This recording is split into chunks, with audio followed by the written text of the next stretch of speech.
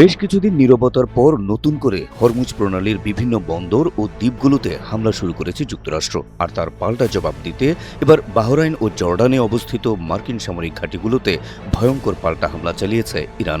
বুধবার 10 জুন ইরানের রাষ্ট্রীয় গণমাধ্যমে প্রকাশিত এক বিবৃতিতে আইআরজিসি এ তথ্য নিশ্চিত করেছে। আইআরজিসির বরাত দিয়ে আল জাজিরা জানায়, মঙ্গলবার 9 জুন গভীর রাতে মার্কিন হামলার জবাবে তারা বাহরাইনে অবস্থিত যুক্তরাষ্ট্রের ৫ম নৌবহরের ঘাঁটিতে ড্রোন হামলা চালিয়েছে। একই সঙ্গে তেহরান সতর্ক করে জানিয়েছে, যুক্তরাষ্ট্র হামলা অব্যাহত রাখলে আরও কঠোর ও ব্যাপক পাল্টা আঘাত হানা হবে। শুধু বাহরাইন ও জর্ডান নয়, তেহরান জানায় মার্কিন হামলার জবাব দিতে তার দেশ কুয়েতে অবস্থিত মার্কিন ঘাঁটিতেও হামলা চালিয়েছে।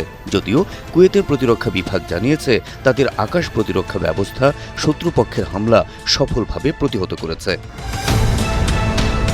9 জুন মঙ্গলবার হরমুজ প্রণালীতে একটি মার্কিন অ্যাপাচি হেলিকপ্টার ভূপাতিত হওয়ার দাবি করে ইরান। এই ঘটনার জেরে হরমুজ এলাকার বিভিন্ন স্থানে হামলা চালায় যুক্তরাষ্ট্র। আর এর জবাব দিতেই বাহরাইন, জর্ডান ও কুয়েতে মার্কিন স্বার্থ সংশ্লিষ্ট লক্ষ্যবস্তুতে পাল্টা হামলা চালায় তেহরান।